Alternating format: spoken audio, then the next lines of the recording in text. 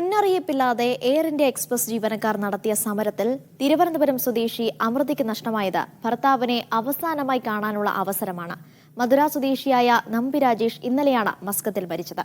ഐസിയുവിൽ കഴിയുന്ന ഭർത്താവിനെ കാണാനുള്ള യാത്ര മുടങ്ങിയതിന്റെ പ്രയാസം അമൃത മീഡിയ വണ്ണിലൂടെ പങ്കുവച്ചിരുന്നു. മാനേജറാണെങ്കിൽ പുറത്തുനിന്ന് സംസാരിക്കാൻ പോലും റെഡിയല്ല. നമ്മൾ സിറ്റുവേഷൻ പറഞ്ഞല്ലോ, ഒരു മെഡിക്കൽ എമർജൻസി ആയിട്ടാണ് പോകുന്നത്, എന്നിട്ട് പോലും ഒന്ന് കേൾക്കാൻ പോലും അയാൾ റെഡിയല്ല. ഇക്കഴിഞ്ഞ 7-ാം തീയതിയാണ് നമ്പി രാജേഷ് അത്യാസന്ന നിലയിലാണ് എന്ന വാർത്ത അമൃതയെ തേടിയെത്തുന്നത്. മറ്റൊന്നും ചിന്തിച്ചില്ല. ആദ്യം കിട്ടിയ ഫ്ലൈറ്റിന് ടിക്കറ്റ് ബുക്ക് ചെയ്തു. എല്ലാ നടപടിക്രമങ്ങളും പൂർത്തിയാക്കി വിമാനം കയറുന്നതിന് തൊട്ടുമുൻപ് ഫ്ലൈറ്റ് റദ്ദാക്കിക്കൊണ്ടുള്ള അറിയിപ്പ് വന്നു. കാരണം എയർ ഇന്ത്യ എക്സ്പ്രസിലെ ജീവനക്കാരുടെ സമരം.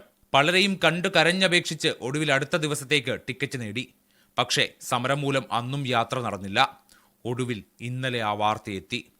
അവസാനമായി ഒരു നോക്ക് കാണാൻ കാത്തു നിൽക്കാതെ അമൃതയുടെ പ്രിയപ്പെട്ടവൻ യാത്രയായി. ആൻജിയോപ്ലാസ്റ്റി ചെയ്ത് ആശുപത്രി വിട്ട രാജേഷ് നാട്ടിലേക്ക് മടങ്ങാനുള്ള തയ്യാറെടുപ്പിലായിരുന്നു. പക്ഷേ നനച്ചിരിക്കാതെ ഹൃദയാഘാതം വീണ്ടും വില്ലനായി.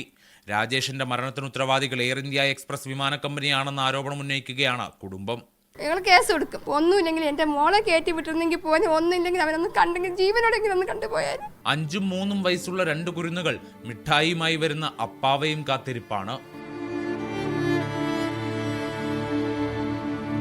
മൃതദേഹം നാട്ടിലെത്തിക്കാനുള്ള നടപടിക്രമങ്ങൾ പുരോഗമിക്കുന്നു.